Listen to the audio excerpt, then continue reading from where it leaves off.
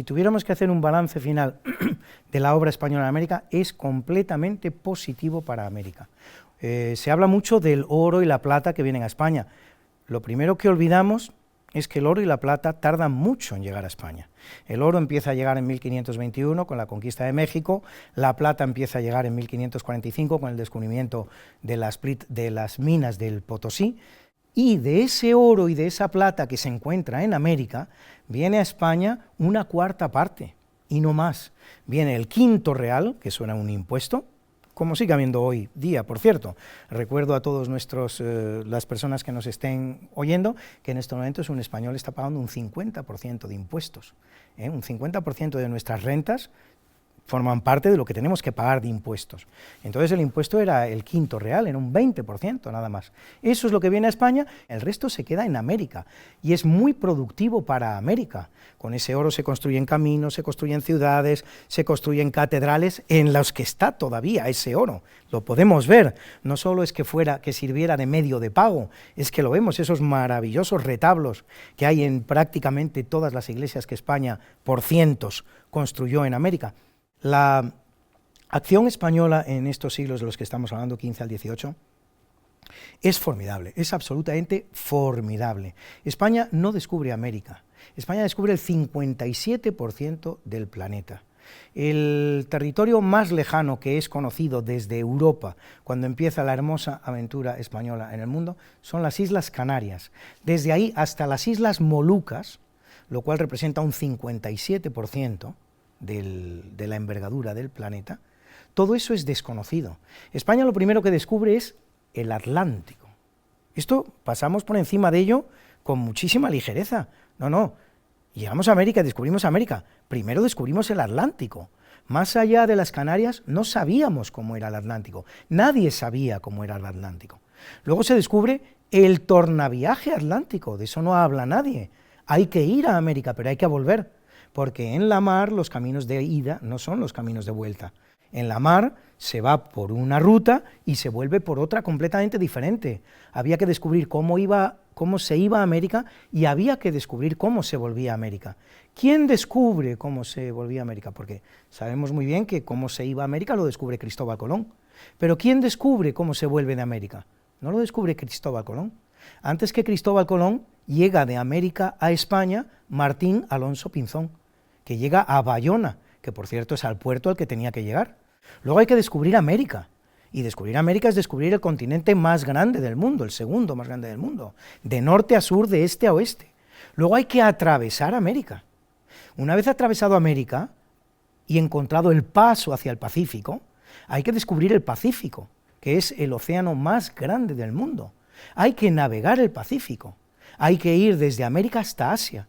Una vez que se está en Asia, hay que volver de Asia a América, y ese tornaviaje sí fue muy complicado. Así como el de Martín Alonso Pinzón se descubre de una manera absolutamente simultánea a lo que es la ruta desde Europa a América, se va a América y se vuelve en un plazo de 3 meses, sin embargo el tornaviaje asiático costó 45 años encontrarlo.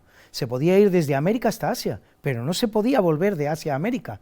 Era necesario dar toda la vuelta al mundo, volver por la ruta portuguesa o hacer caminos de tierra para completar la singladura, porque de Asia a América no se descubre hasta 1565, que lo hace Andrés Urdaneta, nuevamente un navegante español, en este caso además fraile.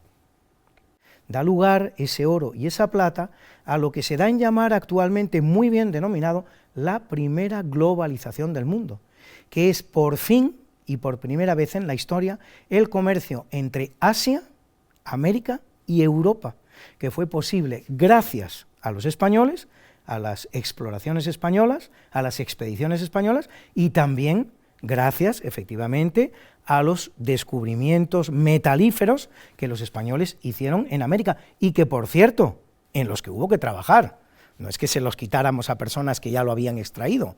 Y la mina del Potosí la descubren los españoles en 1545, la explotan los españoles en el 1545, la extraen los españoles en 1545 y sirve para este proceso maravilloso, impresionante, del que te he hablado, que es la primera globalización que se produce en la historia, con el comercio de los productos europeos en Asia, en América, de los asiáticos en América, en Europa, etc.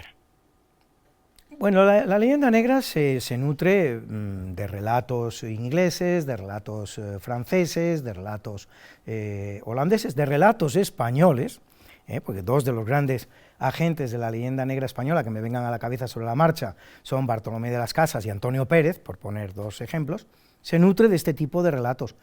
Pero que España, con ese poderío absolutamente increíble y total que tuvo en aquel momento, los siglos XV a XVIII, del mundo, tenga una leyenda negra como la que tiene, no es nada que nos deba escandalizar, ni nos deba preocupar, ni nos deba llamar la atención. Es lo normal. Cuando se gobierna el mundo de la manera abrumadora que lo hicieron los españoles durante 3 siglos completos, lo normal es tener esa leyenda negra. Es lógico que las personas que no participan de ese poderío acuñen historias, acuñen enfoques que sirvan para denigrar, para perjudicar a la potencia dominante, como actualmente vemos ocurrir, por ejemplo, con los Estados Unidos, y bien que se defienden los Estados Unidos de su leyenda negra, con todos los instrumentos que tienen a su alcance, notablemente el cine y tantos otros. Lo que es verdaderamente llamativo y singular y descriptivo de la leyenda negra española es que seamos los propios españoles los que lo hayamos acogido con tanto cariño y con tanto afecto. Esto no se entiende. No conozco ningún otro país que haya acogido su propia leyenda negra con tanta satisfacción. ¿Por qué ocurre esto? Bueno, pues se pueden buscar una serie de factores. La falta de patriotismo que hay en España es un factor fácilmente comprensible. España, según algún estudio realizado por alguna universidad europea, concretamente la Universidad de Gotemburgo, aparece en estos momentos como el país menos patriota de toda Europa, el país donde sus nacionales quieren menos a su país de toda Europa. Este escaso patriotismo, evidentemente, es un factor que facilita que absorbamos con tanta ligereza y con tanta alegría nuestra leyenda negra. Nuestro espíritu cainita y envidioso, no somos tanto más envidiosos que el resto del mundo como creemos, pero sí somos algo más envidiosos que otros países del mundo. Aquí la envidia encuentra un caldo de cultivo que es propicio. Y denigrar a los españoles que han sido mejores que nosotros en algún momento de la historia, lo han hecho mejor que nosotros, es una forma clara de envidia, está clarísimo. La decadencia española, evidentemente un país que es decadente, porque desde el siglo XIX, por desgracia, pues España se bate en decadencia. Esa decadencia española hace también más propicio el hecho de que estemos dispuestos a aceptar historias negativas y denigrantes que cuentan de nosotros. Así que hay una serie de razones que propician y hacen comprensible que los españoles aceptemos de tan buen grado la leyenda negra, pero indiscutiblemente lo más grave que tiene nuestra leyenda negra no es que la haya hecho alguien y cómo, sino el hecho de que los españoles la hayamos aceptado con tan buena acogida. Completamente. La leyenda negra en estos momentos es el arma más importante que existe contra todo lo hispano y me atrevo a decir que incluso contra todo lo católico.